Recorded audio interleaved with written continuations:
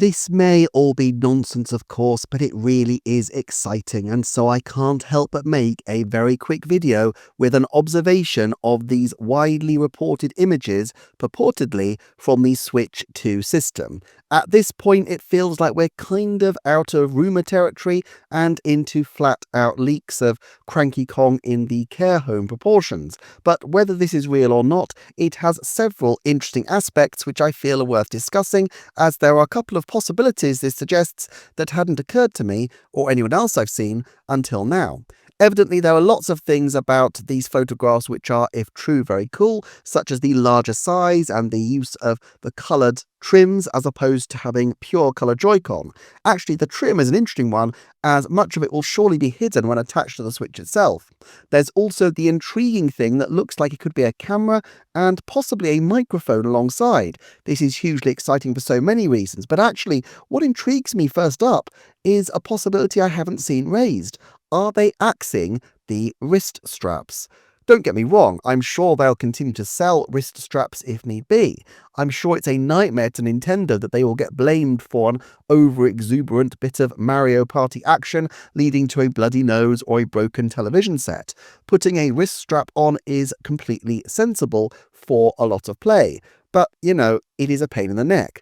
I personally don't carry wrist straps around with me and frequently don't even use them. But the problem is the Joy-Con do feel a lot better with the wrist straps because the original Joy-Con simply aren't built to be used this way. The edge of the Joy-Con is thin, the buttons are tiny, and basically the whole thing is a bit of a fiddle to use in this way. But they must be aware that a lot of people do use them without the extra attachment. So what is the alternative? Well, just don't have them and build Joy-Con which can be used without any additional strap being needed. These Joy-Con have big clicky buttons, marvellous, and so much better for ease of play. But also, there is what appears to be another button at the bottom and even one at the top.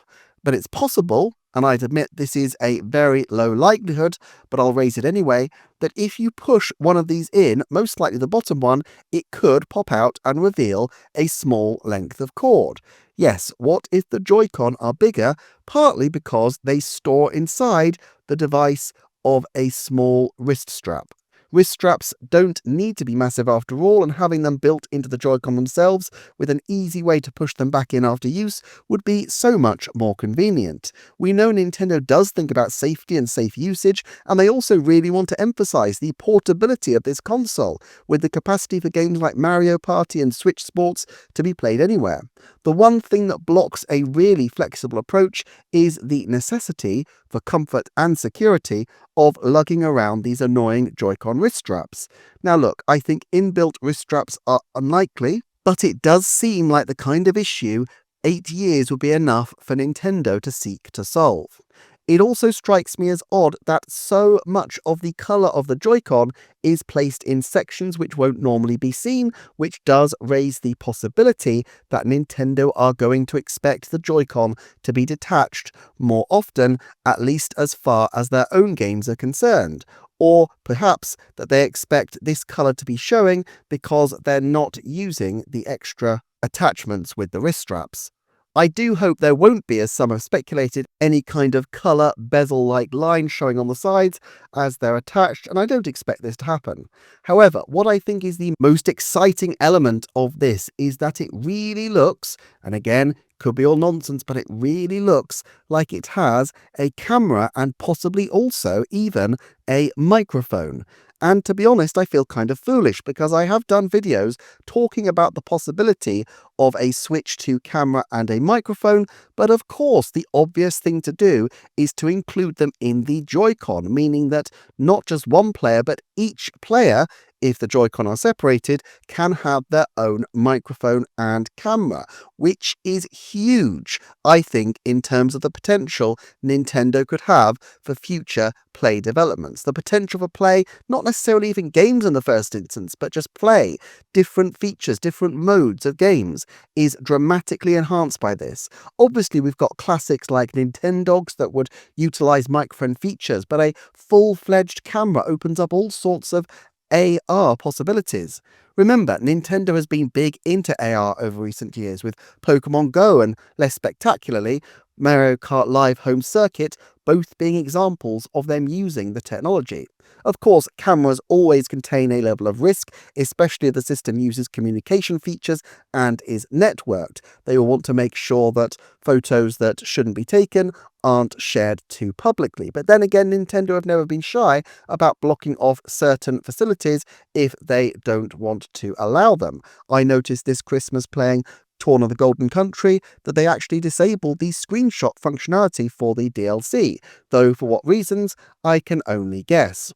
More pragmatically, I would expect as medium likely, maybe 50%, some kind of facial recognition feature to be used in conjunction with cameras in the first 3 years if it is indeed true that there are cameras on the new system.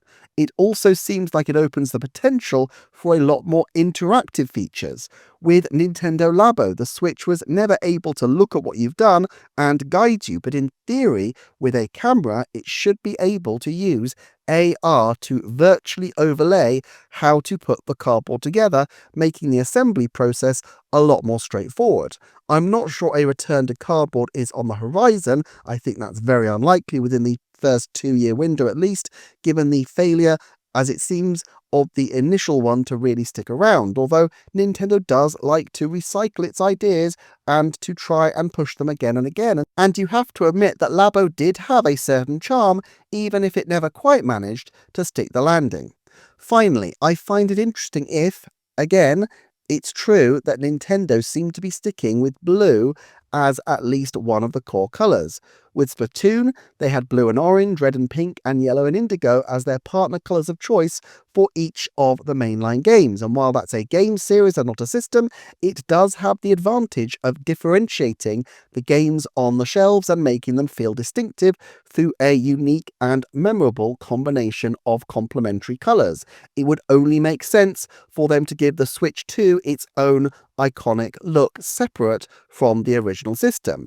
I know there's talk of an orange Joy-Con, which will be interesting as well, but I suppose there is a good case for Nintendo to also retain the red and blue iconic looks as well. My hunch is that if they do this, they will likely have a few different Joy-Con variants available at launch. The original Switch launched with sleek grey as well as the neon options, and so it would make sense here to have a more conservative version, perhaps colourless or black, but they could also have a classic Switch red and blue as well as something a little bit eccentric. They've done 3 models previously. Remember, the Switch Lite had 3 different models at launch, and the interchangeable and customizable nature of the Joy-Con completely fit Nintendo's Play Your Way branding. Plus, I suspect the Joy-Con are quite profitable in their own right, so having a bunch of them on sale for people to collect day one probably will work out quite well for them. If this is the case, I would suggest we'll have slate grey, blue and red, and probably something like orange and green. If there is a small disappointment here, it's that there's no sign that we've got an analog trigger back, which I kind of hoped for but never truly expected. Also, the C button remains mysterious, but I will possibly circle back to that another time. Anyway, if you haven't seen my deep dive on Nintendo and patents, please do check it out, as while it's not leaks and rumours themed, particularly it involved quite a bit of research and has some interesting features, including a look at Gunpei Yokoi patents from the 1970s, which was a pretty awesome find. Please do check it out on the screen, take a look at the Patreon, like, share, subscribe, and I shall see you next time for another Nintendo Forecast.